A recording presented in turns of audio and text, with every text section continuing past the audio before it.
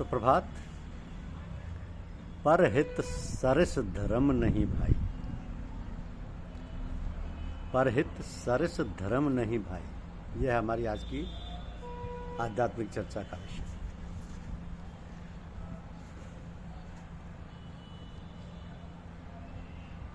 कहा जाता है कि धार्यते इति धर्म,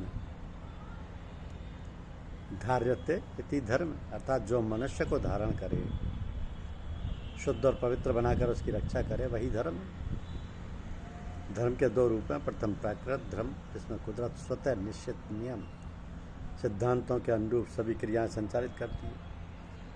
दूसरा मानव धर्म, जिसमें मनुष्य अपने बुद्धि विवेक से सभी कार्य करते हुए इस सृष्टि को और अधिक सुसंपन्न, विकसित एवं सरस बनाते हुए जीवन जीता है। तो वास्तविक धर्म में व्यक्ति जिन तत्वों की साधना करता है वे हैं अहिंसा, परोपकार, सेवा, सहयोग, सहकार, सत्य, संयम, सदाचार, नीति, विवेकशीलता इत्यादि। सुख शांति की परिस्थितियों का जनक धर्म है। यह नीतिमत्ता एवं समाज निष्ठा ही धर्म की तत्व विवेचना है। इसलिए धर्म धारणा को सार्वजनिक तथा सार्वभौम स्वीकार किया। उसे प्रत्येक क्षेत्र, प्रत्येक वर्ग व प्रत्येक स्थान पर मान्यता मिली। पाश्चात्य मनीषी ने अपनी समिष्ट दृष्टि से धर्म को परिभाषित करते हुए कहा कि संपूर्ण विश्व मेरा देश, संपूर्ण मानवता मेरा बंधु और संपूर्ण भलाई मेरा धर्म है। एक पाश्चात्य मनीषी थॉमसन का कथन। तो आधुनिक मानव शास्त्र के प्रवर्तक भी कहते हैं, आध्यात्मिक शक्ति पर विश्वास को धर्म की संज्ञा प्रदान करते हुए आत्मवाद को धर्म की उत्पत्ति का सिद्धांत एवं धर्म के दर्शन का प्रमुख आधार मानते हैं। मानवीय गरिमा के अनुरूप व्यक्तित्व का निर्माण ही धर्म का मुख्य प्रयोजन है। महर्षि वेदव्यास का धर्म विषय के कथन विचारणीय कि आत्मने प्रतिकूलानि परेशान न समाचरेत, अर्थात जो कुछ तुम अपने लिए हानिप्रद समझते हो दूसरों के साथ मत करो। धर्म का यही वास्तविक रहस्य है। श्रीमद् भगवद गीता में भी सत्कर्म को धर्म एवं उसके विपरीत असत्कर्म को धर्म बताया गया। तो रामचरितमानस के माध्यम से संत तुलसीदास कहते हैं कि परहित सरिस धर्म नहीं भाई, पर पीड़ा सम नहीं अधिमाई। जन कल्याण के समान कोई धर्म नहीं तथा दूसरों को मन, वाणी या कर्म से आहत करने के समान कोई अधमता या नीचता नहीं। सभी संत मानवता की सेवा, सहयोग, सदाचार, सद्भाव को ही धर्म कहते आए। वेदों का उद्घोष है अहिंसा परमो धर्म। महात्मा बुद्ध, महात्मा महावीर स्वामी, महात्मा गांधी इत्यादि महापुरुषों ने सादर सूक्ति को अपने संपूर्ण जीवन में निष्ठा एवं तत्परता से समाहित कर त्यागपूर्ण, संघर्षपूर्ण, सरल जीवन जीकर मानव कल्याण का आदर्श प्रस्तुत किया। महर्षि वशिष्ठ कहते हैं कि सदाचरण ही धर्माचरण का मूल है।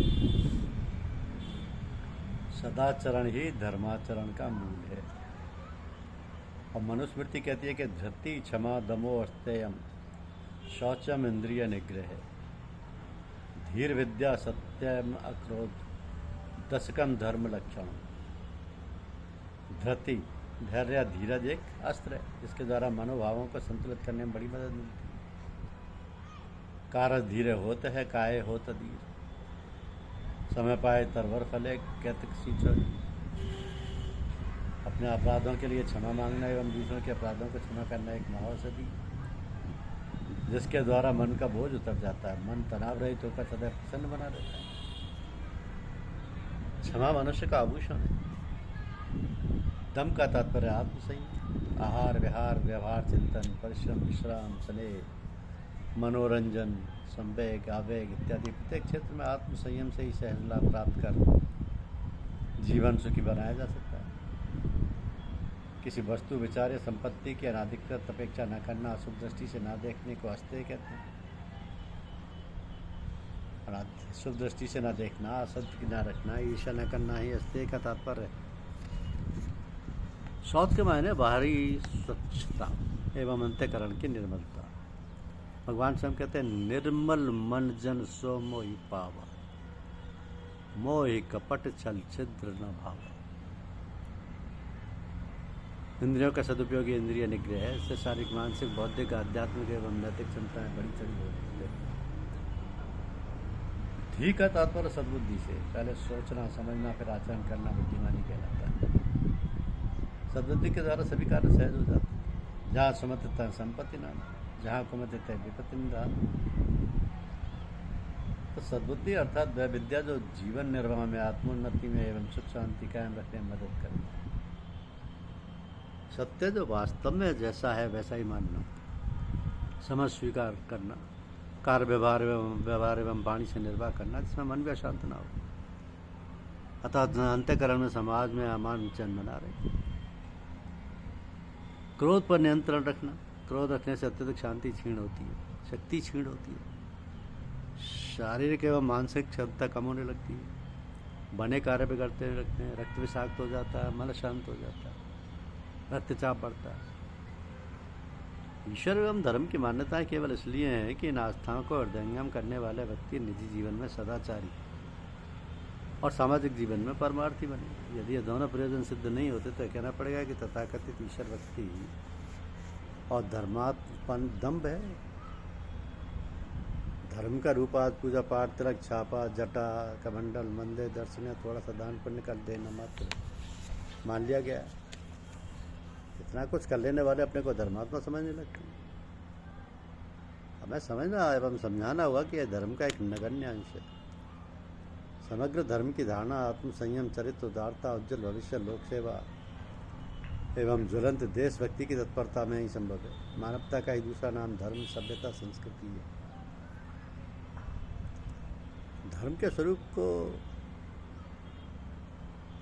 इस तरह भी कहते हैं कि DHARM में धर्म। डी के मायने हैं ड्यूटी, डिस्टर्न यानी कर्तव्य और विवेक। एच के मायने ऑनेस्टी, एडजस्टमेंट यानी सामर्थ्य, ऑनेस्टी, ऑनर यानी ईमानदारी और सम्मान। ए मतलब एबिलिटी और एडजस्टमेंट यानी सामर्थ्य और सामंजस्य। आर का अर्थ है रिलायबिलिटी और रिजॉइसिंग, विश्वसनीयता और आनंद। एम के अर्थ है मोरलिटी और मेजरमेंट यानी नैतिकता, सही। पुनः ए का अर्थ है एब्स्ट्रैक्शन, एमिएबिलिटी यानी आदर्शवादिता और सौजन्यता। ये सभी गुणों की धारिता को ही धर्म कहा जाता है।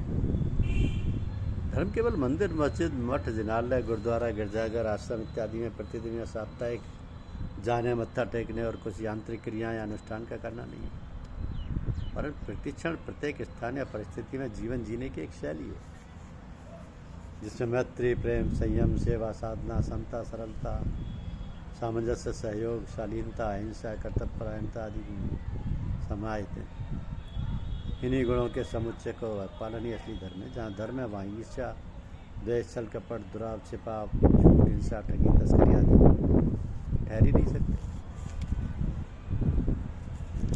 ठहर ही नहीं सकते। जब सबका मालिक एक है, परमात्मा एक है, तो धर्म जो सबके धारण करने योग्य है एक ही है। सत्प्रवृत्तियाँ ही सभी संप्रदायों, मतों, पंथों, मार्गों, धाराओं के शाश्वत मूल तत्व हैं। इन्हीं तत्वों का ही समुच्चय ही वास्तविक धर्म है। जरूरतमंदों, असहायों की मदद करना ईश्वर की सच्ची उपासना है। इंसान की इंसानियत ही धर्म है। जीवन में सदाचरण करना ही धर्म है। एक गीत की 2 पंक्तियाँ बहुत महत्वपूर्ण है कि तो हिंदू बनेगा न मुसलमान बनेगा, इंसान की औलाद है, इंसान बनेगा। परमपिता परमात्मा इंसान में इंसानियत विकसित होते देखना चाहता है। उसी इंसानियत से, प्रेम से ही ये संपूर्ण विश्व बगीचा हरा भरा, पुष्पित, फलित होकर सभी को पूर्णता से संतुष्ट कर सकेगा। ये सार्वभौम सत्य है कि यदि हमारे अंतःकरण में निर्मलता, समता, निष्पक्षता, न्यायप्रियता, संतोष नहीं होंगे तो विशेषताएं परिवार, समाज एवं राष्ट्र को कैसे विकसित करेंगे। तो आप धर्म की रक्षा करें, धर्म आपकी रक्षा करें। धन्यवाद।